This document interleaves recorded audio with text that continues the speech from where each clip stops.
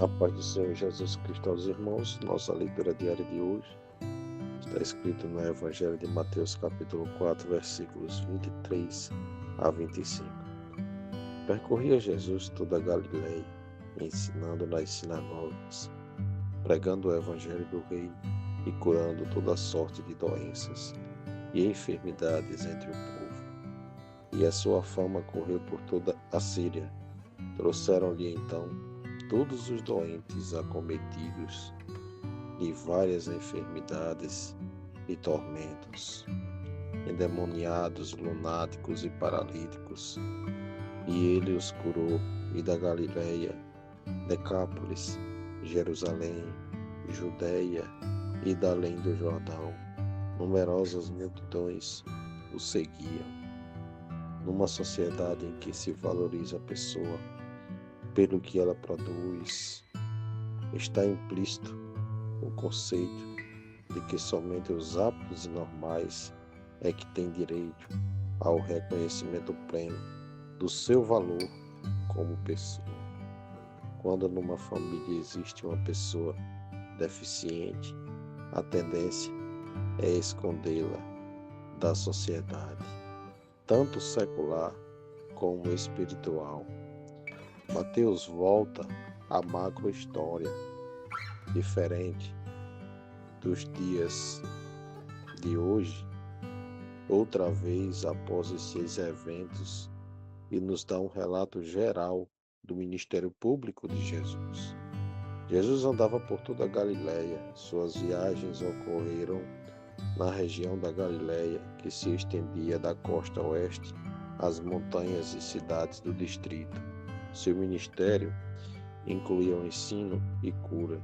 Jesus ensinava nas assembleias locais e lugares de encontros chamados sinagogas. Não sabemos muito a respeito da origem das sinagogas, mas muitos acreditam que começaram com os judeus trazidos a Israel após o exílio da Babilônia. As sinagogas eram o domínio dos fariseus, que as usavam como centros de cultura e adoração judaicas. Os fariseus buscavam manter uma vibrante identidade judaica através da lei. Todos os Shabats, no hebraico descanso, os manuscritos da lei eram lidos e expostos por um mestre ou rabino. Todas as cidades tinham pelo menos uma sinagoga, algumas tinham mais que uma. A tradição judaica nos relata que onde quer que 10 homens judeus morassem, lá seria criada uma sinagoga. Esta tradução assumiria um importante papel de alfabetização do povo, para que pudesse ensinar em uma sinagoga. Jesus tinha que ter sido convidado pelo cabeça da mesma. Sabemos através de Lucas 2, versículos 41 a 52, que mesmo quando garoto, Jesus possuía um conhecimento fantástico das Escrituras. Agora, com 30 anos de idade, Jesus havia crescido ainda mais em sabedoria e conhecimento. Ruínas de sinagogas antigas são observadas tanto na parte antiga de Cafarnaum, tanto como ao redor das vilas de Corazim e Magdala. A mensagem que Jesus ensinava nas sinagogas e proclamava para além dos muros da cidade era o Evangelho do Reino. A palavra Evangelho significa boas notícias. As boas notícias diziam respeito ao mundo espiritual, mas também ao político.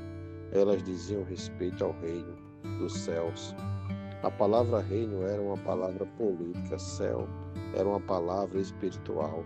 Jesus estava anunciando a chegada do reino e descrevendo como ele era algo bom, diferente de tudo o que as pessoas haviam ouvido antes. Elas ficavam maravilhadas por seu ensino, pois ele as ensinava com autoridade, não como os escribas. Mateus 7, 28 e 29.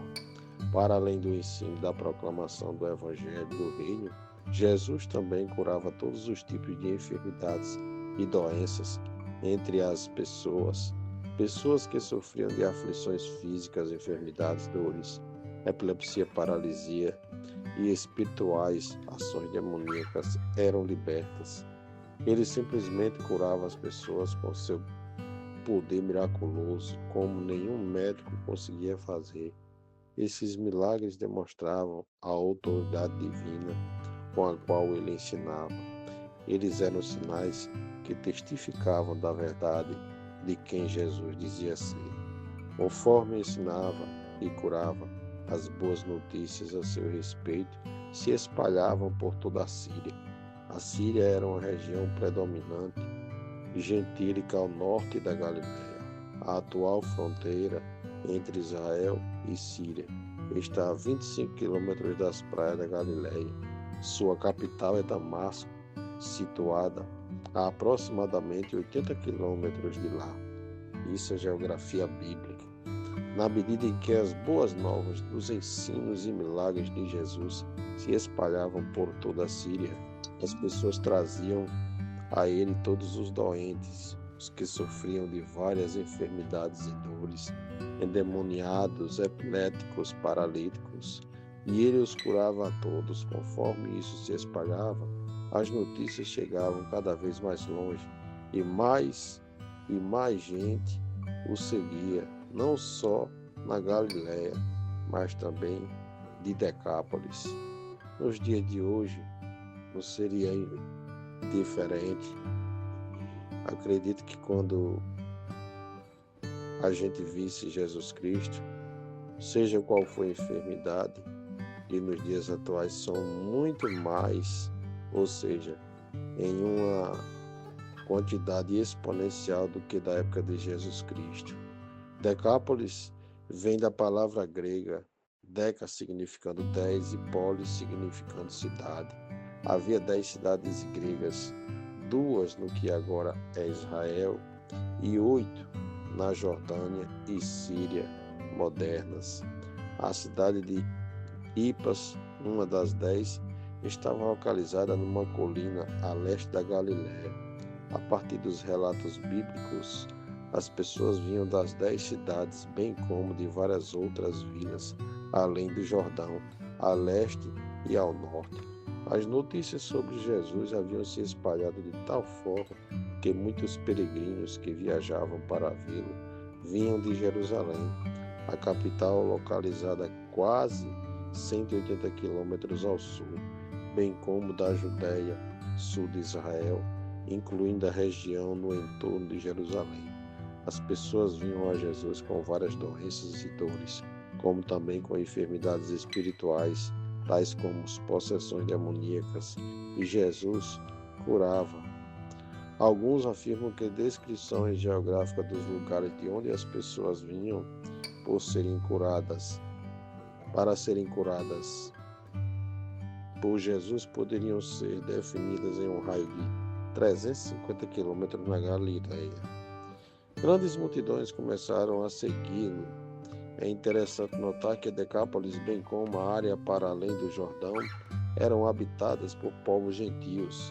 Jesus estava ensinando e proclamando o evangelho do reino nas sinagogas judaicas a um único judeu. Porém, ele curava a todos os que vinham até ele, incluindo gentios. Tal atitude quebrou um protocolo normal para um rabino judeu que estava exclusivamente focado no ensino aos judeus ou a gentios convertidos ao judaísmo. Portanto, os rabinos tipicamente evitavam interagir com os gentios sempre que podiam.